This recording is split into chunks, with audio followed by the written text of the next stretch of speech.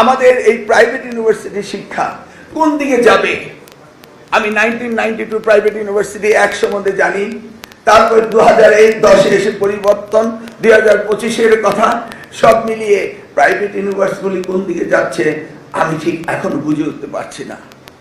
এটা কি বাণিজ্যকরণ করা হবে, না এটা সত্যি এডুকেশন হাব তৈরি করা হবে, না আমরা এখান থেকে ডলার পাউন্ড স্টার্লিং বিদেশে পাঠিয়ে দেব, না বিদেশি শিক্ষা ব্যবস্থাকে এখানে নিয়ে এসে তাদের ভিত আমরা এখানে গড়ে তুলব? আমি জানি না, শুধু প্রস্তাবের পর প্রস্তাব আসছে। তাই ইউজিসি চেয়ারম্যান সাহেবকে বলবো, ওয়ান্স ফর অল এভার আপনি সকলকে নিয়ে সমন্বিতভাবে এই কাজগুলো করে দিবেন, যেন আমাদের শিক্ষা ব্যবস্থা যেইভাবে প্রাইভেট ইউনিভার্সিটিগুলো এগিয়ে যাচ্ছিল সেই জায়গায় যেন তারা বাধাগ্রস্ত না হয়। তারা একটা লায়ন শেয়ার স্টক হোল্ডার, তাদেরকে আমরা কখনো হার্ডেলে ফেলে দিতে পারি না এবং তাদেরকে আমাদের এমন ব্যবস্থা করতে পারি না যেটা ক্ষতিগ্রস্ত হতে পারে। আমি দেখেছি বারবার পরিবর্তন হচ্ছে এবং যার যার মতো নতুন নতুন আইন বানানোর চেষ্টা করছেন এবং যার যার মতো কানেকশন দিয়ে যা যা ইচ্ছে তা করার চেষ্টা করছে। আমি আপাতত শুনতে চাচ্ছি এবং আমি চেয়ারম্যান সাহেবকে বলবো অতি শীঘ্রই invite all the stakeholders and do something forever, যে আমরা যেন আমার শিক্ষা ব্যবস্থাকে নিয়ে যেতে পারি। আমার পাবলিক বিশ্ববিদ্যালয়গুলো 57টি হয়েছে এবং হচ্ছে। আমরা প্রায় সকলেই বাইরে লেখাপড়া করে আসছি। আমরা যখন বাইরের ইউনিভার্সিটিগুলি দেখি কিভাবে এগুলি ডেভেলপ করছে, আমরা কি সেই আদলে এগুলি আমরা করতে পারি না? না শুধু আমাদের পোস্ট ক্রিয়েট করা, পজিশন ক্রিয়েট করা আর পলিটিশিয়ানদের ভাবা নেওয়ার জন্য কি বিশ্ববিদ্যালয় তৈরি হবে? না সেন্টার অফ এক্সেলেন্স হবে? এই বিষয়গুলি কি আমাদের ভাবনার প্রয়োজন নেই? আমি বলছি যে এই যে বিশ্ববিদ্যালয় আমরা বানাচ্ছি, যে আমি চাচ্ছি এই ইন্টিগ্রেটেড বিশ্ববিদ্যালয়গুলো কিভাবে উন্নত বিশ্বের আদলে হতে পারে, সেই প্রস্তাবনাগুলো আপনাদের মাঝ থেকেই আসুন। আমরা তো চেষ্টা করে যাচ্ছি। আমি দায়িত্ব পেয়েছি আপনাদের সহযোগিতা করার জন্য।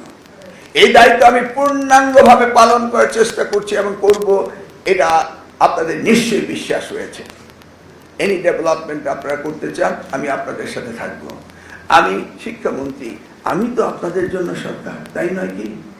আসুন আপনাদের ভাবনাগুলোকে একত্রিত করে আমাদের এই হায়ার এডুকেশনকে কিভাবে আজকে এই যে প্রেজেন্টেশন রইল এমন একটি জায়গা নেই যে বাদ রয়েছে। আমি সেই সমস্ত টার্মিনোলজি ব্যবহার করতে চাইনি, কিন্তু বেকারত্বের কারখানাকে আমরা তৈরি করতে পারি। এই যে উনি ইন্ডাস্ট্রি একাডেমিয়ার লিঙ্কেজের কথা বললেন, আমরা কি সেই জায়গায় যাচ্ছি?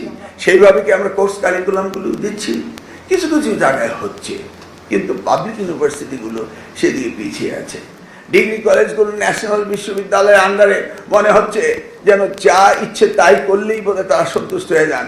যত বেশি আমরা সাবজেক্ট দিতে পারি, এটা মার্কেট ড্রিভেন হবে কি হবে না সেটার জন্য আমাদের কোনো উৎসাহ উদ্দীপনা নেই। সকলে মিলে যদি লাগামহীনভাবে আমরা চলতে থাকি তাহলে তো হবে না।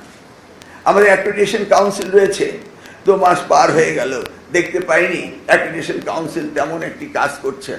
আমার ব্যস্ততার কারণে আমি সকলের দ্বারে যেতে পারিনি, কিন্তু আমি চেষ্টা করছি প্রতিনিয়ত প্রত্যেকটি বিষয় অ্যাড্রেস করার জন্য। আপনাকে এটাও ভাবতে হবে, ইটস এ বিশাল মন্ত্রণালয়, nearly 4 million involve in this ministry, তাই না? সেই জায়গায় আমি দেখতে চেয়েছিলাম সব উদ্যোগে আপনাদের কে কি করছেন। সেই জায়গাতে যখন আমি গাড়তে দেখি তখন আমি নিরাশ হই। আমি যেন নিরাশ না হই, আমার উদ্যম এবং আমি যেন কাজ করতে পারি, সেই জন্য আপনাদের সকলের সহযোগিতা কামনা করছি। আর সহযোগিতা আপনাদের করতেই হবে, কারণ আমি কিন্তু আপনাদের দৌড়ে কাছে চলে যাব, জানতে চাইবো কি করছেন। আজকের এই অনুষ্ঠানে এই আমার ইন্টেলেকচুয়াল প্রপার্টি সব এখানেই রয়েছেন, তাদেরকে দেখে আমি কিছুটা গাইডলাইন দেওয়ার চেষ্টা করলাম যে আপনারা চুপচাপ থাকলে চলবে না, আপনাদের সকলকে এগিয়ে আসতে হবে। Yes, I am monitoring everything, but আমার দুর্বলতা থাকতে পারে, কিন্তু আমার ইচ্ছার কোনো অভাব নেই। আমার সদিচ্ছা রয়েছে এই বিষয়ে কাজ করার, এবং আল্লাহ রাব্বুল আলামিন সেটা কবুল করেছেন বলেই মাননীয় প্রধানমন্ত্রী আমাকে এই দায়িত্ব দিয়েছেন। আসুন আমরা সকলে মিলে এই কাজটা করি।